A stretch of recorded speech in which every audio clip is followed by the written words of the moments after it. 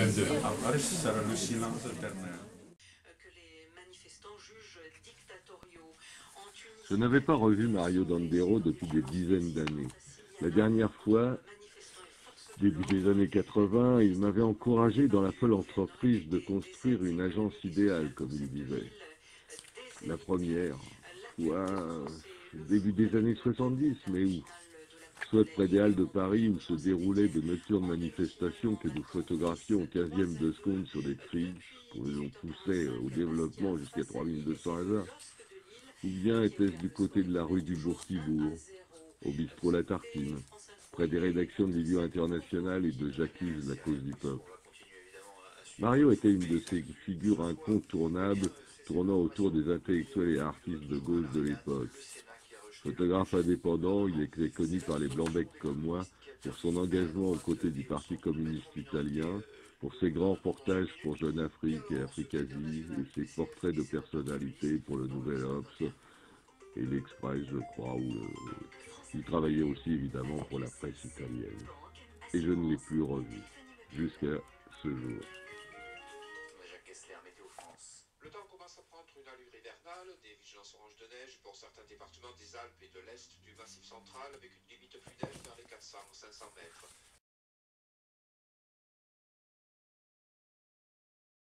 Il me dit, je suis là que j'attends une amie. Bois un café avec moi. Et l'amie qui arrive était Maria Callas. Lorsque Maria Callas est arrivée, mon prof lui a expliqué que moi j'étais un type très sympa, comme ça, hein, plein de compliments. Et Maria Callas m'a dit, et maintenant qu'est-ce que vous faites vous dans la vie? Moi je dis, je travaille à Epoca, je suis venu pour faire un reportage de tout. Benissimo, elle m'a dit. Et elle a dit à son mari Meneghini, ce monsieur-là, ce monsieur-ci.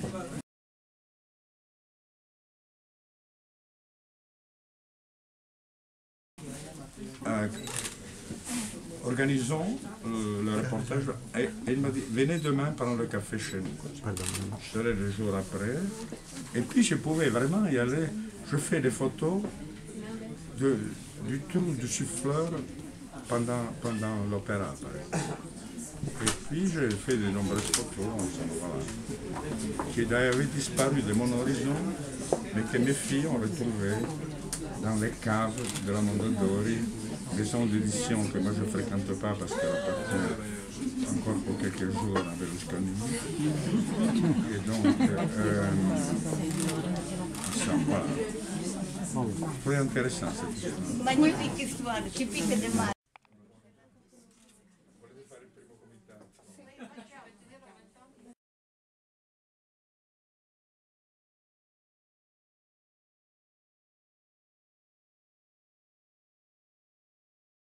La première photo que je vois... Qui t'impressionne, qui te... Oui. Une photo qui m'a impressionné beaucoup. Disons, pardon, j'ouvre une parenthèse. Moi, Première parenthèse. Je serais, probablement, j'étais journaliste, je ne serais jamais passé à la photo si je n'avais pas vu les photos de Capa, par exemple. Oui. Par exemple, la photo les photos de la guerre d'Espagne, par exemple. Voilà. C'est des photos de la guerre d'Espagne. C'est un épisode politique, disons, de l'histoire de l'homme qui m'a particulièrement touché, en somme. C'est la guerre la plus humaine, la plus passionnée, la plus à mesure d'homme. C'est-à-dire, on se faisait la guerre en famille, en somme. C'est différent que, par exemple, la Deuxième Guerre mondiale, ce sont des immenses armées. À la fin, il y a même la bombe atomique, tu comprends, je veux dire. Tandis que la guerre d'Espagne, ce sont les brigades internationales qui vont, des gens qui partent de chez eux, et donc maintenant je vais à la guerre, comme au Moyen-Âge, tu vois, je veux dire. Et en plus, c'est une guerre sentimentale dans laquelle on lutte contre un ennemi visible et concret qui était le fascisme, qui était quelque chose d'atroce, disons. Et donc, la photo du milicien de Capa qui tombe mort, c'est la photo à laquelle je considère sur laquelle d'ailleurs je fais des études. Je suis allé sur le lieu de la bataille. J'ai même découvert, comme on a découvert, que, que c'était justement à Cerro Moriano. Maintenant, cette thèse est contestée par un prof espagnol, mais c'est une contestation qui n'a pas de... Il n'a pas du tout... Il n'était pas du tout salarié de l'AIFE. Par contre, il était lié à Simon Goodman, à l'agence Alliance à Paris, comme ça, et il est allé faire les photos pour Vue, pour Regarde, avec Gardatar, pour Ce Soir, tous des journaux français très engagés, avec des dirigeants très cultivés comme Louis Aragon, par exemple. Par contre, les éditeurs américains, richissimes qu'ils étaient, ils étaient ignares et réactionnaires. Donc, non, je le dis par expérience parce que il m'est arrivé de travailler pour la presse américaine. La censure à l'intérieur de la presse américaine est beaucoup plus dure et aussi simple que celle de l'Europe, par exemple. À part, les Américains sont tous des très grands spécialistes, des techniciens formidables, que sais-je, même les photos de live sont merveilleux sur le plan esthétique, comme ça. Les photographes sont très bons, mais c'est plutôt de la décoration. Je ne veux pas quand même éloigner trop dans trop américanophobe. Si tu dois étudier la guerre d'Espagne, ce n'est pas un consultant live. Voilà, comme ça. Alors cette photo, elle a occupé beaucoup de mon temps à y penser, etc. Mais quand cette photo a été prise, tu étais très jeune. Comment? Quand cette photo a été prise, tu étais enfant. Moi, en 36, j'avais 8 ans. Donc, cette photo... moi, en plus, dans l'Italie fasciste, on ne voyait pas du tout... Oui, donc tu l'as vu après. Après, oui, mais moi, je ne me souviens pas d'avoir été particulièrement antifasciste lorsque j'avais 8 ans. Non. Non, surtout parce que j'étais Balila. Balila, c'était le boy scout fasciste, disons. Et je me souviens que j'étais... Mais même plus tard, c'est-à-dire qu'au gymnase, c'est-à-dire que j'avais 13, 14, j'étais mousquetaire du Duce. Et j'allais en bicyclette porter les messages. Je me souviens que le chef de l'école, le type fasciste, était un prétentieux et antipathique. Ça, je me souviens. En ce moment, j'ai commencé à être antifasciste assez tard, comme ça, pendant la République de Salo, c'est-à-dire la période où le fascisme, après le 8 septembre, c'est-à-dire l'armistice, quelques temps après, Mussolini a été rétabli chef d'une soi-disant république quand même qui était au service des nazis. Bonjour. Et donc,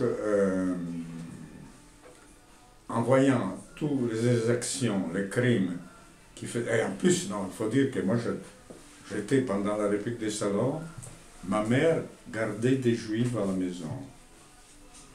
Et moi, je me suis échappé de chez moi, et je suis allé avec le maquis dans la montagne, et je ne vous raconte pas tout, mais j'ai sauvé d'une façon miraculeuse la vie, comme ça. Voilà, donc, cette leçon comme ça, le fascisme était quelque chose de sinistre et d'horrible, donc c'était pas très difficile de comprendre ça. Et quand est-ce que tu arrives à la presse et comment? J'étais d'une famille liée, du côté paternel, liée à la marine pas militaire, la marine marchande. Comme ça. Et moi, je devais m'inscrire à l'école qui précédait l'Institut nautique pour devenir la mer, comme ça, c'était ma passion. Je voulais devenir capitaine au long cours, comme ça. Et seulement qu'au moment de m'inscrire, je suis tombé malade, j'ai eu la scarlatine. J'ai retardé l'inscription. Quand c'était trop tard pour m'inscrire, je me suis inscrit au gymnase. Et, donc, à Milan, je fais les études classiques. Et donc, la mère a abandonné. Mais j'avais une petite passion, c'était d'écrire comme ça. Et j'ai commencé à collaborer. Disons que c'était vers 1949, 50. Non, de retour de mon service militaire, que c'était 49, 50, j'ai commencé à collaborer à la plage culturelle de l'Avanti, le journal socialiste. Et puis, Socialiste ou communiste? Hein? Socialiste ou communiste? Socialiste. Bien que moi j'avais été dans une brigade de maquis communistes, hein. Mais je n'avais pas des idées politiques très alignées sur eux. Mais en plus, c'était beaucoup plus facile de collaborer à l'Avanti socialiste qu'à l'UNITA, parce que pour l'UNITA, c'est obligatoire d'avoir la carte du parti. Comme ça. Mais ça n'empêche que moi, j'étais plus communiste que socialiste, c'est sûr. Et non, mais quand même, là, je commençais à connaître le milieu de la presse. Comme ça. Et j'avais un ami qui a fondé une agence photo, qui s'appelait Aqualphoto. Où moi, j'ai fait un stage, disons, pendant une petite période. À Milan. J'ai appris uniquement à charger le Rolleiflex, à approcher les gens pour faire une photo, c'est-à-dire en dépassant la timidité courtoise, tu vois, comme ça. Et puis, qu'est-ce que j'ai appris en plus? J'ai appris 1/100, 11 au soleil, 1/100, 5-6 à l'ombre. Et c'est tout ce que j'ai appris comme ça. Et c'était une agence qui faisait, en attendant de faire des reportages internationaux merveilleux, elle faisait. Alors, on avait un Rolleiflex à 5, avec ordre del giornalista. Senta, mi dica, lei è un giornalista italiano. C'est un terrain d'ami de ma jeunesse, vraiment il a 82 ans et il va encore à la guerre. Tu fais beaucoup de parenthèses. Je dévie vers d'autres horizons, je dis de tout ce qui me vient à l'esprit. Oui. Tu voulais me demander quoi là? Non, mais cette agence, quand même, ce passage, ça a été très important pour apprendre à manier les appareils photo comme ça. Puis est passé un petit moment et j'ai commencé à travailler dans le journal comme ça. Je suis même tombé malade à cause du fait qu'on était. C'était un journal du Parti communiste, on était très peu payés. Un copain à moi est devenu tuberculeux, par exemple, tu vois. Moi, j'étais assez éprouvé. Et puis, quand même, quand je suis rentré à Milan, des amis à moi qui étaient des génies du journalisme, quand même, ils ont inventé un hebdomadaire fait uniquement des photos presque sans texte. Et ils m'ont engagé comme envoyé spécial, photographe, à 100 000 lire, plus de 15 000 que j'ai gagné auparavant. Donc, je suis passé dans la prospérité, le nom écrit très grand sur le comme ça. Et c'est comme ça que j'ai commencé une carrière de photographe. Puis, quelques temps est passé. Ce journal s'appelait comment? On est arrivé à l'année 54 et je suis venu à Paris. Et après, je te racontais que je travaillais à reporter associé, comme ça. Et j'ai beaucoup travaillé quand même pour les journaux italiens, toujours pour le journal le plus à gauche des grands journaux, tu vois, comme ça, pour être assez cohérent avec mes opinions. Et puis, j'ai quand même fait beaucoup de voyages comme ça. Et je suis rentré en Italie en 61. Et j'ai vécu 9 ans à Rome. Et dans ces 9 ans, quand même, je fais beaucoup de choses. Je faisais des histoires photographiques pour la télé. Ça s'appelait Photostory. C'est-à-dire que la RAI, elle me donnait une belle somme pour, c'était 1 million de lire à l'époque, mais je devais ramener 150 photos, 150, 150. avec une histoire écrite, et ça n'avait pas d'importance si je faisais ça à Rome. Moi, naturellement, j'allais au cœur du Sahara, j'allais dans des endroits très lointains, et je dépensais tout l'argent. Je gagnais presque rien dans ces opérations, mais je vivais de façon intense, de belles émotions comme ça. Et ça s'appelait Photostory, ça durait 3 ou 4 ans, ça. Entre-temps, je travaillais beaucoup pour l'Espresso, en somme, je n'ai jamais eu de difficulté, j'ai jamais connu le chômage, en somme. Mais j'ai même refusé d'être engagé par des hebdomadaires qui voulaient m'engager comme un salarié. Parce que je trouve que quand toi tu travailles dans un journal, tu finis pour t'aplatir sur la ligne du journal, c'est-à-dire tu perds la créativité. Et je trouve que, je pense que sais-je, que le 80% des reportages que je fais dans la vie, c'était plutôt des idées à moi que j'arrivais à convaincre les journaux que c'était la peine de faire des reportages, plutôt qu'accepter les commandes occasionnelles comme ça. Et puis je suis revenu à Paris en 70 et je suis resté à Paris jusqu'à 99. 99 parce que je suis tombé malade en Italie. J'ai subi des opérations et alors à cause du problème de l'hôpital, je suis resté en Italie. Entre-temps, parce que plus, moi, je me suis marié quand j'étais jeune sans enfant, et avec une entente cordiale totale, c'est-à-dire il n'y a pas eu de conflits, du tout, c'était les avocats qui devaient s'inventer. En effet, c'est que moi j'étais marié avec le journalisme, c'était impraticable, trop reporter et trop peu mari. Bien que j'adorais cette femme comme ça, mais c'est une décision qu'elle avait prise elle justement. Mais, et à Paris, entre 70... À Paris, quand tu reviens à Paris la deuxième fois, à Paris, tu travailles pour qui?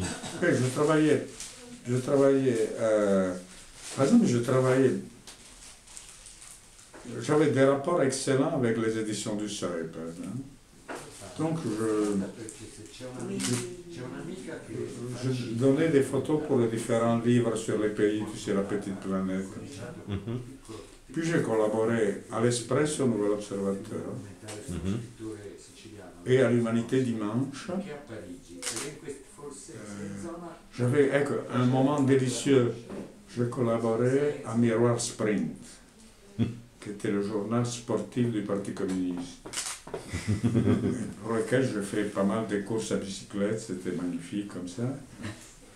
Ça, c'est une période délicieuse. Moi, de toute façon, je suis resté âprement communiste encore maintenant, comme ça. Donc, le milieu communiste, je suis même trop sectaire, comme ça, je suis en politique assez intolérant. Mais je travaillais comme ça pour des jours, toujours dans la partie culturelle, tu vois, comme ça. Et en effet, par exemple, j'ai eu un moment glorieux avec cette photo du nouveau roman des écrivains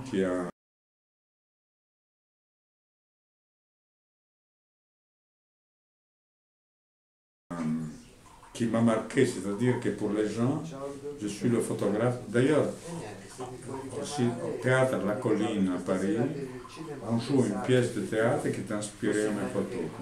En plus, je fais des films, comme je fais des documentaires, comme ça, mais à présent, quand j'étais à Rome, J'aurais pu devenir directeur de la photo pour le cinéma, comme ça ne m'intéressait pas du tout. Mais même, ça ne m'intéressait même pas de devenir metteur en scène, par exemple, de fiction, par exemple, parce que pour moi c'est plus passionnant le journalisme. Et en plus, toi, en faisant la fiction, que c'est intéressant malgré tout, parce que faire un film significatif de fiction, aujourd'hui par exemple, je dirais pas non, disons, mais tu ne fais que sortir de toi-même tes expériences comme ça pour le mettre dans le film. Tandis que dans le journalisme, toi tu ne fais que capturer des nouvelles informations, une cueillette que tu fais dans la vie comme ça, en voyageant comme ça, en vivant des moments intenses de la vie collective. Tu as toujours été indépendant en fait. Absolument indépendant. Parce que même à l'intérieur, j'étais même indépendant à l'intérieur du Parti communiste malgré tout. Parce que je n'ai jamais été capable d'être orthodoxe. Je suis hétérodoxe. Je suis plutôt hétérodoxe. Et quand même. Parce que tu as travaillé dans cette première agence de photos dont tu parlais en Italie. Actual Photo. Actual Photo. Après, tu as travaillé aussi à un reporter associé. Quand je suis venu à Paris, je collaborais au reporter associé. C'était une expérience qui m'a appris beaucoup. J'étais très admiratif de la capacité rationnelle d'organiser le travail d'agence des agences françaises par rapport aux agences italiennes. En Italie, on a été pratiquement incapable de créer des agences vraiment significatives. Milan, Turin, Gênes, Naples, tu vois, comme ça, que Naples, c'est une très grande ville, comme ça. Or, en Italie, c'est un territoire qui t'offre beaucoup du point de vue, surtout la vie sociale, tu vois, comme ça, et la vie artistique du pays, les richesses artistiques de l'Italie, comme ça. Et toi, quand tu es à Milan ou à Rome, tu dois voyager pour travailler, tandis qu'à Paris, tu peux. Moi, j'ai découvert qu'être à Paris, ça me permettait, sans beaucoup me déranger, de faire des reportages continuellement, comme ça. Donc, c'est une des raisons pour lesquelles j'avais choisi Paris. Et, à un moment donné, par exemple à Rome, un groupe d'intellectuels sont devenus photographes. De grands intellectuels, des gens très cultivés, et ils ont créé ce qu'on appelle l'école romaine. Et quelque chose de semblable on a fait à Milan avec un certain nombre de photographes qui étaient des gens qui avaient été à l'école beaucoup, ensemble comme ça, et avec l'appui de plusieurs intellectuels du journalisme qui ont soutenu le reporter photographe. Et ça, c'était comment s'appelait ce groupe? Bon, on l'appelle le groupe du Jamaïca, qui est un café, qui était un peu comme l'Old Navy à Paris, tu comprends? Je veux dire, c'était un café très fréquenté, Tino Buzzati par exemple, pour te dire, fréquenté par des grands intellectuels et alors des gens très cultivés ont décidé de devenir photographes. Et donc ça a fait qu'il y a plusieurs photographes italiens qui sont réputés à ce moment-là. Et dans ta période parisienne, tu as été là pendant mai 68. Ah oui, j'étais en 68. Parce que tu as fait des photos en 68. Tu as fait beaucoup d'images. Pourchassé par la police directement, poursuivi physiquement comme ça. Oh, j'ai fait pas mal de travail.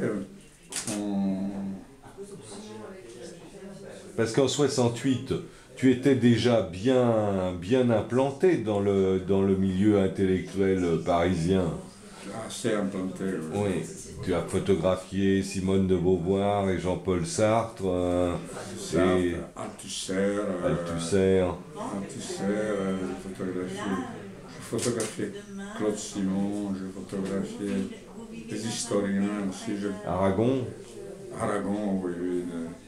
Je connaissais assez bien comme ça. Aragon, admirable, c'est un écrivain que je considère un très grand écrivain. De quel photographe de l'époque tu te sentais proche ou bien dont tu te sentais éloigné? Enfin, quelle était ta position par rapport aux photographes de ta génération, je veux dire les Cartier-Bresson, disons que Boineau. quand je suis arrivé à Paris, il n'y avait pas la télé et dominait le journal qui remplaçait la télé, c'était Paris Match. Et donc moi je ne partageais pas du tout le point de vue politique, mais j'admirais la technique des photographes, Jackie Garofalo, Michel Simon, et tout là, parce que je les voyais sur le terrain opérer. Et d'ailleurs, je suis devenu ami par exemple de Jackie Garofalo. Parce qu'il faut savoir que Paris Match produisait, je crois que les photographes étaient en réalité payés par les autres journaux, parce que Paris Match abordait les sujets en groupe. Hein. Par exemple, un événement, à 7 ou 8, photographiait la même. Il s'est dispersé sur le terrain en photographiant l'événement, le produit était tellement complet qu'il s'imposait au marché, c'est-à-dire donc des revues comme Epoch en Italie plutôt qu'ailleurs, en somme, acheter le matériel Et ces photographes de match étaient beaux physiquement. Ils avaient un ampère qui était aquascutum, comme Humphrey Bogart. Ils conduisaient des MG avec toujours une fille jolie à côté, comme ça. Et moi, que je ne suis pas, que je suis d'une autre catégorie, que je n'appartiens pas à ce style de séducteur, disons, comme ça. Moi, par exemple, what you want? Monsieur. Moi, je suis votre admirateur depuis Eh bien, toujours. quelle coïncidence. Je vais chercher dans mon archive une photo que je vous ai faite. Ah bon? Une fois que j'étais à l'université, que vous étiez aussi, il y avait un Elorisio Fabio Carpi, qui était des cinéastes italiens, et il y avait un débat et vous avez participé. C'était oui, mais enfin. Oui. Ah oui. Est-ce que je peux vous embrasser? Bien sûr. Vraiment une grande personne, très sympathique. C'est le fait de vivre à Paris, je trouve que c'est délicieux. Oui. Vous avez choisi de vivre à Paris. Oui. Et vraiment, mes compliments sont très belles, les photos. Si vous voulez, je vous explique. Oui. Alors, lui, c'est un paysan des pays de Piero della Francesca, en Toscane. Elle, c'est Dacia Maraini. Je la connais, Vous la Dacia connaissez Maraini. personnellement, l'enfant. Elle, c'est une journaliste de CNN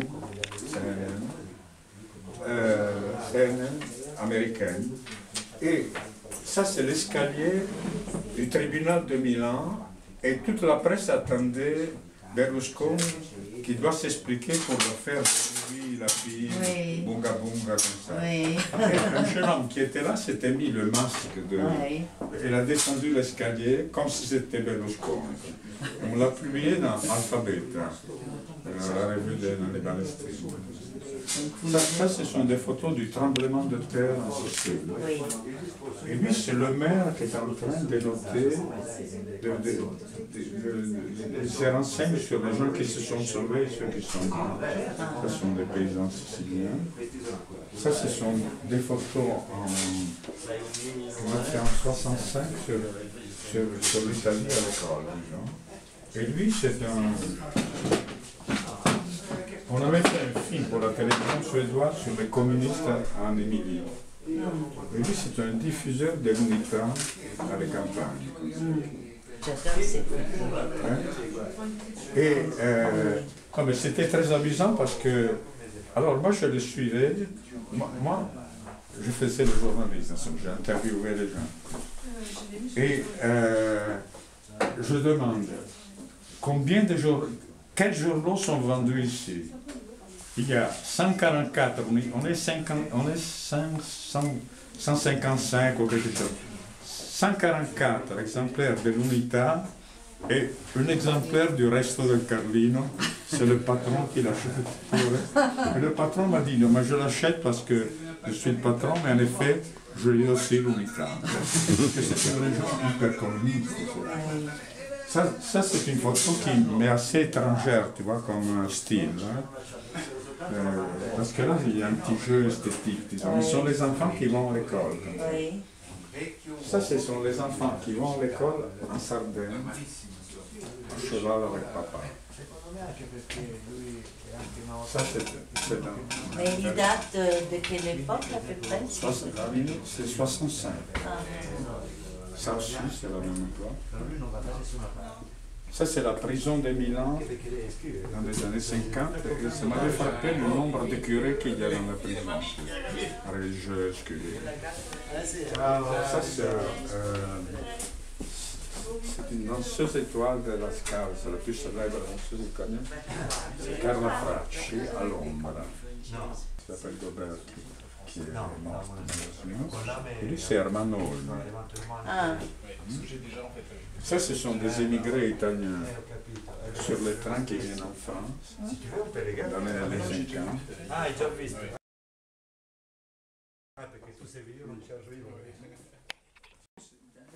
Meglio, così devi fare lo sforzo. Fini le français. Mais lui, il avait un visage austère et sévère, Oui, oui. comme dans la photo avec sa mère.